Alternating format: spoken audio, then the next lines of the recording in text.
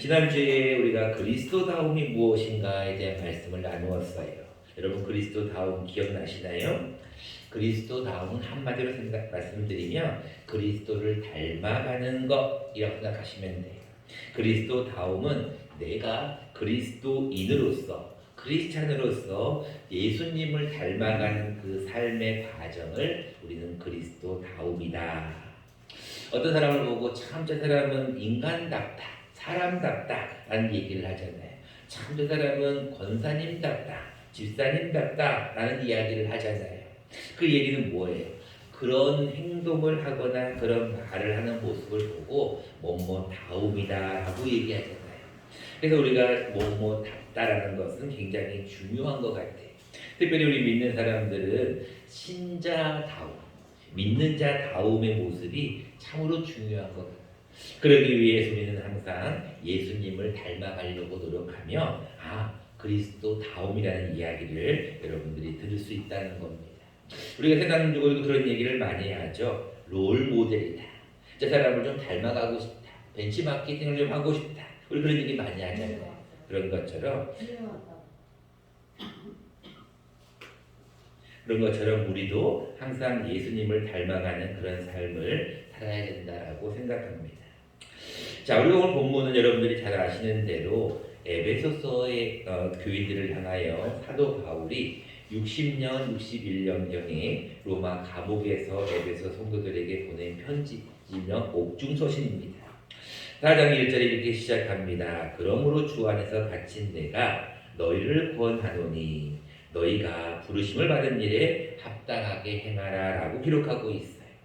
1절에 분명히 기록하기를 내가 주 안에서 갇혔다 라고 기록한 거 보니까 역시 에베소서도 에베소서, 빌립보서, 골로새도 마찬가지로 옥중서신인 걸 알게 돼요. 사도 바울이 에베소 교인들에게 무슨 편지를 썼느냐? 에베소서는 여러분들이 크게 1장부터 3장까지는 하나님께서 이루시는 예수 그리스도의 구원의 비밀을 가르칩니다. 그래서 교리적인 교훈을 우리가 주로 많이 듣죠. 이제 4장부터 6장까지는 그 교리를 바탕으로 하여서 너희가 구원을 받은 너희가 해야 될 거룩한 삶은 무엇인가에 대해서 성도들의 거룩한 삶에 대한 실천적인 교훈을 말씀하고 있어요. 자, 무엇을 권면하느냐? 권면의 핵심은 간단합니다. 너희가 복음을 받았으니, 너희가 구원을 받았으니 부르심에 합당한 행동을 해라. 부르심에 합당한 삶을 살아라 라는 것입니다. 1절 다시 한번 보겠습니다. 그러므로 주 안에서 갇힌 내가 너희를 구원하노니 너희가 부르심을 받은 일에 합당하게 행하라. 너희가 구원을 받았지 않았느냐? 너희가 구원의 비밀을 갖고 있지 않느냐? 이제 너희가 해야 될 것은 그 부르심을 받은 일에 합당하게 행동하라는 거예요. 그래서 그 행동이 무엇입니까? 2절에 나옵니다. 모든 겸손, 온유, 오래 참음으로 사랑 가운데 서로 용납하고 평안에 매는 줄로 성령이 하나 되게 하신 것을 힘써 지켜라. 지난주에도 말씀을 드렸습니다. 사탄이 그렇게도 좋아하는 교회의 분열을 없애기 위해서 우리는 원망과 시비가 없게 해야 된다라고 말씀을 드렸어요.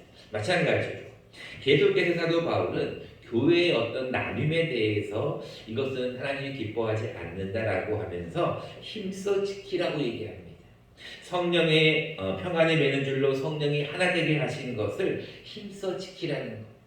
여러분 생각을 해보세요. 예수님이 왜 십자가에 못 박히셨습니까? 예수님이 왜 돌아가셨어요? 하나님과 우리와의 하나됨을 위해서, 화평을 위해서 돌아가신 거잖아요. 그는 우리의 화평이신지라 둘로 하나를 만드사 중간에 맡긴다면 허졌다 그랬잖아요. 그러니까 예수님이 이 땅에 오셔서 돌아가신 이유는 간단합니다.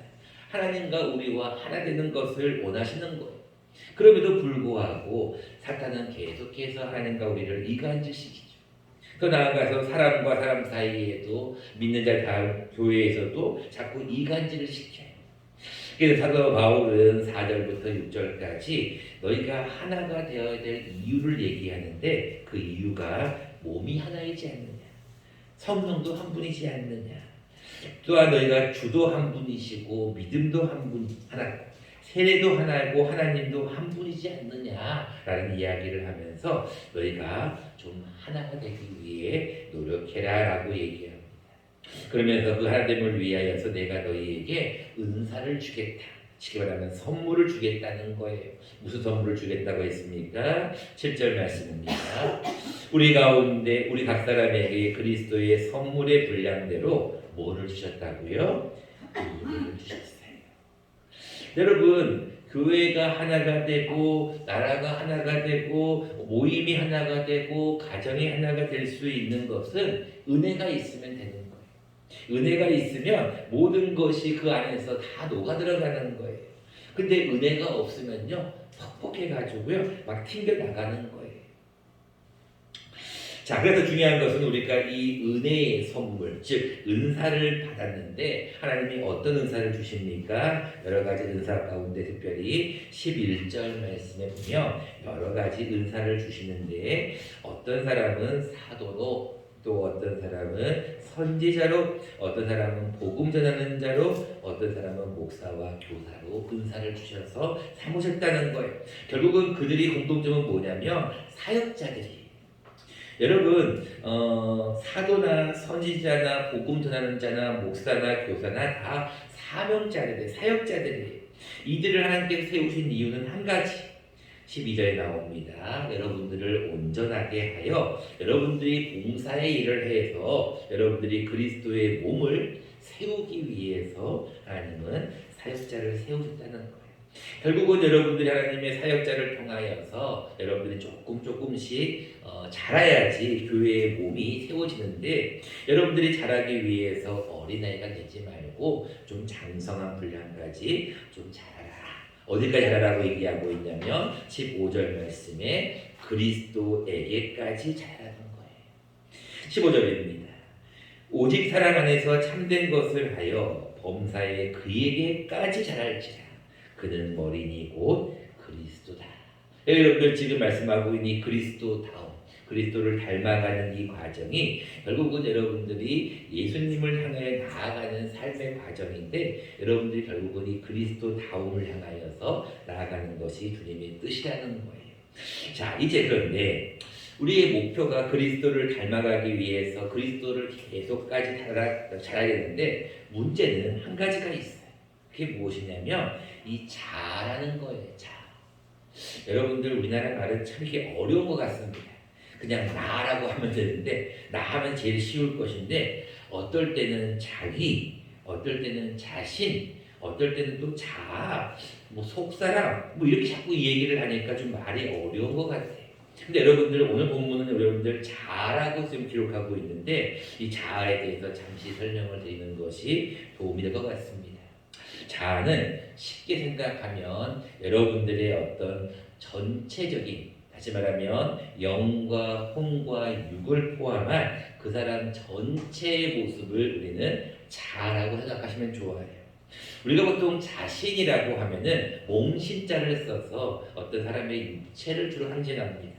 자기라고 하면 심리학적인 용어로서 조금 더 우리가 어떤 그 사람의 영혼적인 부분도 포함되죠. 근데 이 자아라고 하는 것은 우리의 속사람과 겉사람을 포함한 우리의 영과 혼과 육을 포함한 전체적인 나를 좀 의미한다고 생각하시면 좋아요.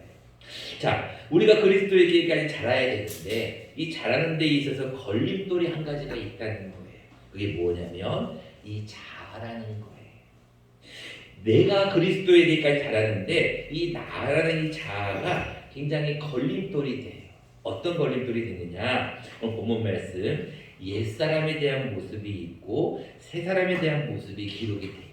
뭐가 걸림돌이냐? 17절부터 19절까지 보면 이런 말씀이 나옵니다. 그러므로 내가 이것을 말하여 주 안에서 증언하는데, 이제부터 너희는 이방인이 그 마음에 허망한 것으로 행함같이 행하지 말라. 다시 말하면 이 옛사람, 다시 말하면 우리 옛 자아가 이방인의 모습을 갖고 있을 수 있다는 거예요. 근데 이방인의 모습은 어떤 모습입니까? 허망한 것으로 행해요. 허망한 것. 여러분들 어제 다니엘 기도에 참석하신 분들은 아마 이성재 목사님의 간증을 아마 들으셨을 거고, 오늘 새벽에 말씀을 잠깐 받았는데, 그 옛날에 어떤 간사가 되기 전에 옛날에 그런 모습을 보면 참 허망한 것에 모든 것을 올인했던 것을 바라보게 되잖아요. 근데 이것이 여러분들 원래의 모습이에요. 왜 그렇습니까? 사람은 원래부터 아담 이후에 본성적으로 죄를 가지고 있기 때문에 가만히 놔두면은요, 사람은 악해질 수밖에 없다는 거예요. 그래서 이 허망함으로 행함 같이 이방인의 모습이 우리의 옛날의 자아의 모습이라는 거예요. 또 18절 말씀을 보실래요? 그들의 총명이 어두워지고 그들 가운데 있는 무지함. 여러분 잘 알지 못하는 것도 우리의 옛 모습의 자아예요. 또 그들의 마음이 굳어져요. 여러분들 옛사람은요, 마음이 굳어짐으로써 하나님의 생명에서 떠나가게 돼 있어요. 이게 자꾸 옛날의 나의 어떤 모습입니다. 그리고 마지막으로 19절에 이런 말씀까지 기록하고 있죠. 그들이 감각이 없어진다는 거예요. 그래서 뭐랍니까? 자신을 방탕함에 방임을 해버려요. 방탕하게 내버려둔다는 거예요. 그래서 모든 더러운 것을 욕심으로 행하는 모습이 나의 옛 자아의 모습입니다. 여러분 가만히 생각해 보세요. 여러분도 예수님 믿기 전에, 예수님을 영접하기 전에 모습이 이런 모습 아니었습니까? 우리가 그리스도를 닮아가려고 애를 쓰는데 항상 걸림돌은 이 자아예요. 이 자아가 허망한 것, 무지한 것, 마음이 굳어지는 것, 감각이 없는 것, 욕심, 그리고 방탕에 방임하는 것, 더러운 것에 우리가 너무나 많이 내몰린다는 거예요. 그렇기 때문에 우리는 그리스도를 닮아갈 수가 없어요. 그래서 결국 사도 바울은 우리에게 뭐라고 얘기하냐면, 너희가 옷을 매일매일 갈아입지 않느냐, 그런 것처럼 너희가 옷을 갈아입는 것처럼 옛사람을 좀 홀홀 벗어버리라는 거예요. 우리가 하나님 앞에 나아갈 때, 잠을 잘 때나 어떤 또 샤워를 할 때나 어떤 문제가 있어서 나갈 때 여러분들 옷을 갈아입잖아요. 갈아입으려면 옷을 벗어야 되잖아요. 그것처럼 옛사람을 벗어버리고 새 사람을 입으라라고 사도 바울은 오늘 본문에서 권면하고 있습니다.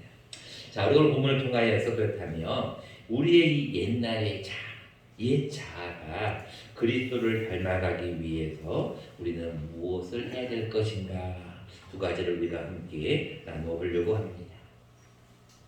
첫 번째입니다. 우리가 이 자아가 그리스도를 닮아가려면 우리의 자아 가운데 옛사람이 죽어져야 됩니다. 14절 말씀을 보겠습니다. 이는 우리가 이제부터 어린아이가 되지 아니하여 사람의 속임수와 간사한 유혹에 빠져 온갖 교훈의 풍조에 밀려 요동하지 않게 하려 합니다. 여러분들이 하나님 앞에 예수님을 닮아가려고 노력하면 할수록 여러분들의 옛 모습은 죽어져야 되는데 어떤 모습입니까? 14절 말씀을 잘 보시면 어린아이가 되지 아니하여 사람의 속임수, 간사한 유혹에 빠지는 것이 이게 옛사람의 모습이에요. 여러분 하나님 앞에 여러분들이 잘못된 옛날의 모습을 아직까지 가지고 있으면 여러분들은 절대로 그리스도를 닮아갈 수가 없어요. 여러분들이 생각을 한번 해보세요. 어떤 더러운 오물이 들어있는 그 통에 아무리 깨끗한 물을 부어본다고 생각해보세요.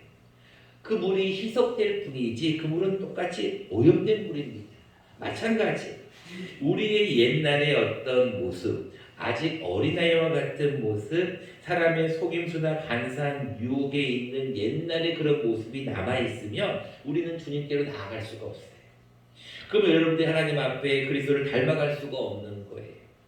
여러분들 한 가지 주의할 것이 있어요. 이 말씀을 여러분들이 받으면서 나의 옛사람이 죽어져야겠구나 그러면서 자기의 어떤 자존감마저도 무너지면 안 돼요. 여러분들 잘 아시겠지만 자존심하고 자존감은 하늘과 땅 차이입니다. 자존심은 자기의 어떤 존재감을 위해서 우쭐대는 마음이에요. 근데 자존감은 뭐냐면 너는 하나님의 자녀라고 하는, 하나님의 아들과 딸이라고 하는 자신의 존재감이에요.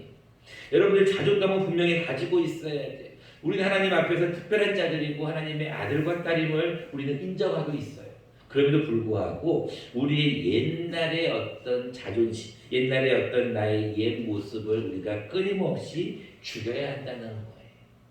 대표적인 경우가 어떤 경우입니까? 예수님이 말씀하신 대로 누구든지 내 오른쪽 뺨을 치거든 왼쪽 뺨을 돌대라는 게 뭐예요? 여러분들 우리가 보통 사람들이 생각하는 자존심은 뭐냐면 누구와 내 오른쪽 뺨을 치면 어떻게 돼요? 당연히 우리는 같이 싸워야 되죠. 근데 예수를 믿고 난 다음부터는 그런 자존심이 사라져버리는 거예요. 나를 미워하는 자가 있어요. 옛날 같으면 어때요? 나도 같이 미워하게 되어 있어요. 근데 우리가 예수님 믿은 다음에 옛 모습은 사라져버리는 거예요. 나를 미워하는 자를 위해서 기도해 주는 거예요. 여러분 나의 원수를 향해서 우리는 어떻게 합니까? 그를 위해서 기도하고 사랑해 주는 거예요. 이게 우리의 옛 모습이 죽어지는 모습입니다. 그럼에도 불구하고 아직까지도 우리의 옛날의 모습이 남아있으면 우리는 절대로 그리스도를 닮아갈 수가 없어요. 사도 바울은 그래서 갈라디아서 2장에 이렇게 얘기하고 있지 않습니까? 너희가 죽었다는 거예요. 사도 바울은 이렇게 고백합니다. 나는 날마다 죽노라라는 거예요. 자, 무슨 말일까요? 우리가 같이 자막을 보면서 함께 말씀을 한번 읽어보도록 하겠습니다. 같이 한번 읽겠습니다. 내가 그리스도와 함께 십자가에 못 박혔나니 그런즉 이제는 내가 사는 것이 아니요 오직 내 안에 그리스도께서 사시는 것이라. 아멘. 여러분들 이 말씀을 잘 아시는 말씀이고 많은 분들이 외우시는 말씀입니다. 그런데 이 말씀이 굉장히 중요한 의미가 많아요. 그게 뭐냐면 이제는 내가 사는 것이 아니래. 그럼 도대체 누가 산다는 건가요? 내 안에 내가 안 살면 누가 살아요? 우리가 보통 예수님 말씀대로 귀신이 들어와서 삽니까? 아니면 누가 들어와서 삽니까? 분명히 성경은 말씀하고 있어요. 오직 내 안에 누구께서 사시는 것이라고요? 그리스도께서 사신다는 거예요. 요한계시록 3장 1절 이렇게 얘기합니다. 볼지어다 내가 문 밖에 서서 두드리노니 누구든지 내 음성을 듣고 문을 열면 내가 그에게로 들어가 그로 더불어 먹고 그는 나로 더불어 먹겠다 그랬잖아요. 요한복음 15장에 뭐라고 말씀하고 있어요? 나는 포도나무에 너희는 가지니 내가 저 안에 저가 내 안에 있으면 이 사람은 과실을 많이 맺는다 그랬어요. 하나님이 우리에게 말씀하시는 것은 예수님과 우리는 연합되어 있다는 거예요. 근데도 불구하고 거기에 하나가 더 끼고 있는데 그게 뭐냐면 나의 옛날의 모습이에요. 그래서 성경은 우리의 자아에 대해서 옛 자아와 새 자아를 계속해서 구분을 합니다.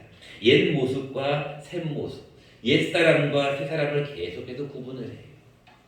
여러분 잘 아시겠지만 타이타닉이 빙산에 의해서 침몰되잖아요. 근데 그때 타이타닉이 침몰할 때 그 빙산을 보고 이런 생각을 했어요. 아유, 저 정도의 빙산, 아주 작은 빙산, 얼마든지 우리가 이거 배를 틀면 피해갈 수 있다고 생각을 했어요. 그래서 살짝 이 빙산 조금 있는 모습이 배가 살짝 스쳤어요. 여러분 운전을 해보시는 분들은 아시겠지만 차가 잠깐 스친다고 해서 그 차가 무슨 문제가 생깁니까? 수리하면 되는 거예요.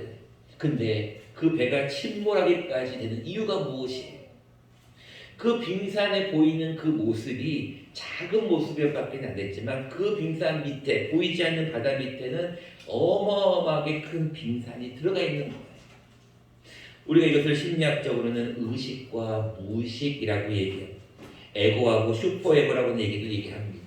중요한 것은 여러분들 가운데 하나님이 기뻐하지 않는 옛사람의 모습이 남아있다는 거예요. 우리가 예수 그리스도를 믿고 나서 우리의 온몸의 목욕을 다 한 사람입니다. 예수 그리스도의 보혈로 깨끗하게 씻었어요. 근데 여러분들 목욕을 하고 났다고 해서 여러분들이 안 더러워질까요? 금세 더러워지잖아요. 그래서 예수님께서 뭐라고 말씀하십니까? 이미 목욕한 자는 뭐밖에 씻을 필요가 없다.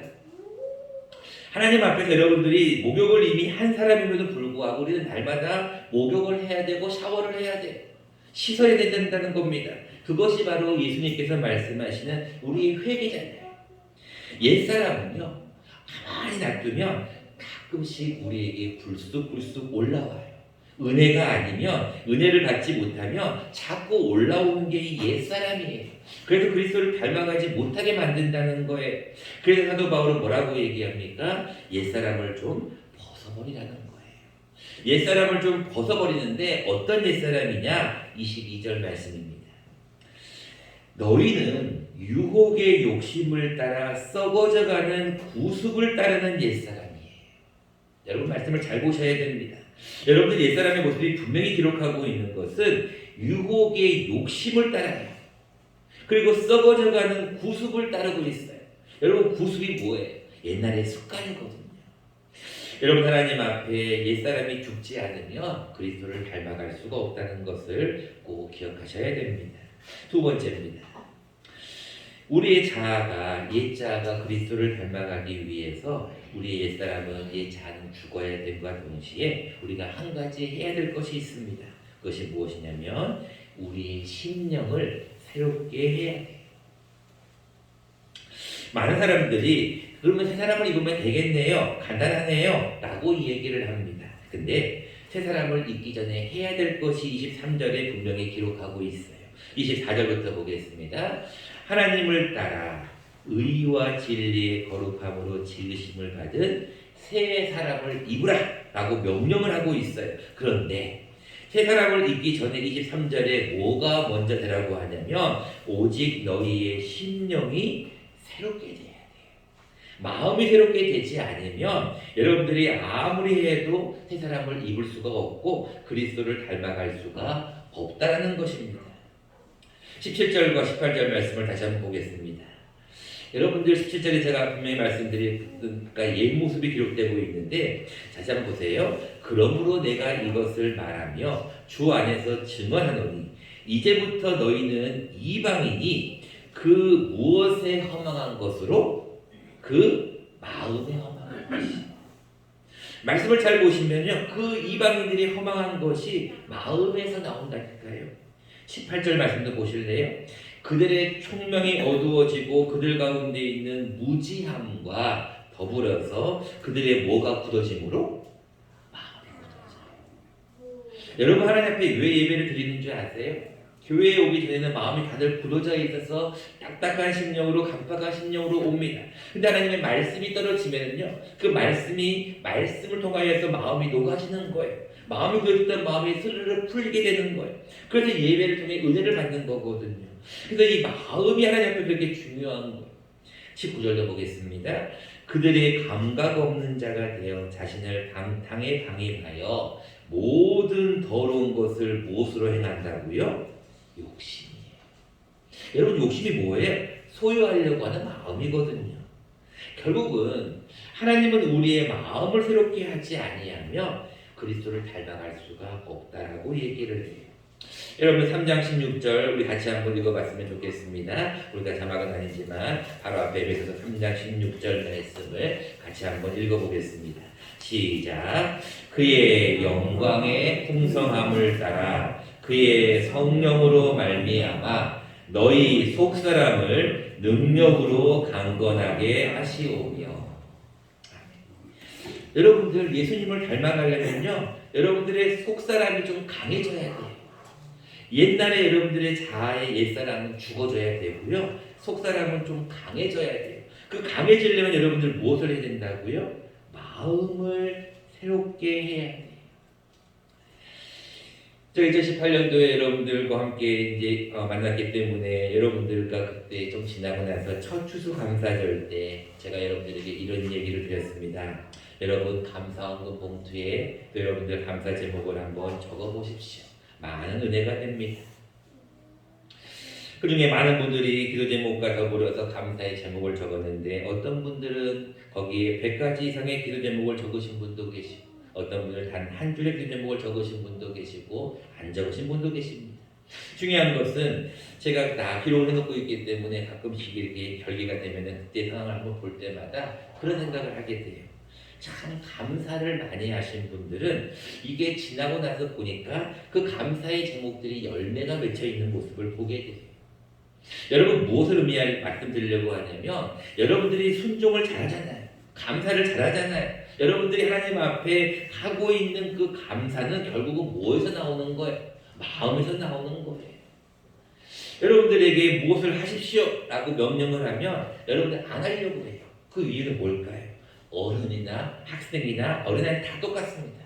무엇인가를 시키면 사람의 마음은 약간 이렇게 아까 얘기했던 본성이 있어서 약간 반항하려고 하는 그런 마음이 있어요. 근데 마음이 이끌려서 하게 되면은요 달라지는 거예요. 그러니까 그 2018년도 추수감사절의 사진과 또 그때 감사 제목과 또 여러분들이 갖고 왔던 물품들을 이렇게 가만히 보게 됩니다. 많은 분들이 자원하는 마음으로 하나님 앞에 감사의 제목을 가지고 나온 모습을 바라보게 됩니다. 이제 다음 주는 여러분들 추수감사 주일입니다. 여러분들 1년 동안 하나님께 베풀어 주신 은혜에 대해서 한 번은 우리의 마음을 한번 점검해 볼 필요가 있다고 생각합니다. 여러분들 1년 동안 어떻게 가셨습니까? 물론 위드 코로나라고 하지만 아직까지도 어려운 상황에 있지만 하나님이 여러분들을 지키셨잖아요. 어찌됐든 간에 넓은 들에 많은 곡식들을 거두게 하셨잖아요. 하나님께서 여러분들에게 많은 열매를 주셨잖아요. 감사의 제목을 주셨잖아요. 여러분들이 이제 해야 될 일은 무엇입니까? 하나님 감사합니다라고 하는 우리의 마음을 새롭게 하는 것이 중요하지 않을까 생각합니다. 자막의 말씀을 같이 한번 읽어보도록 하겠습니다. 시작. 모든 지킬 만한 것 중에 더욱 내 마음을 지키라. 생명의 근원이 이에서 남이라. 잠언 4장 말씀이에요. 여러분 생명의 근원이에요. 생명의 근원. 여러분들이 살고 죽는 그 근원이 어디서 나온다고요? 마음에서 나옵니다. 여러분 옛날에 어떤 그런 굳은 마음, 강팍해진 마음을 이제는 좀 풀어버리셔야 돼요. 그걸 가지고 있으면 절대로 그리스도를 닮아갈 수가 없습니다. 나는 마음이 온유하고 겸손하니 나의 멍에를 베라는 주님의 말씀을 여러분들 기억하셔야 돼요. 예수님의 마음이 온유하고 겸손했어요. 여러분도 마찬가지. 하나님 앞에 무엇으로 감사의 제목을 가지고 나아가겠습니까? 우리의 마음을 새롭게 할 수 있는 또 한 주간 되었으면 좋겠습니다. 바라긴 여러분들 이 한 주간 나의 옛 자아가 정말로 죽어짐으로 말미암아 우리의 심령이 새롭게 됨으로 말미암아 그리스도를 더 닮아가는 저와 여러분 되시기를 간절히 축원합니다.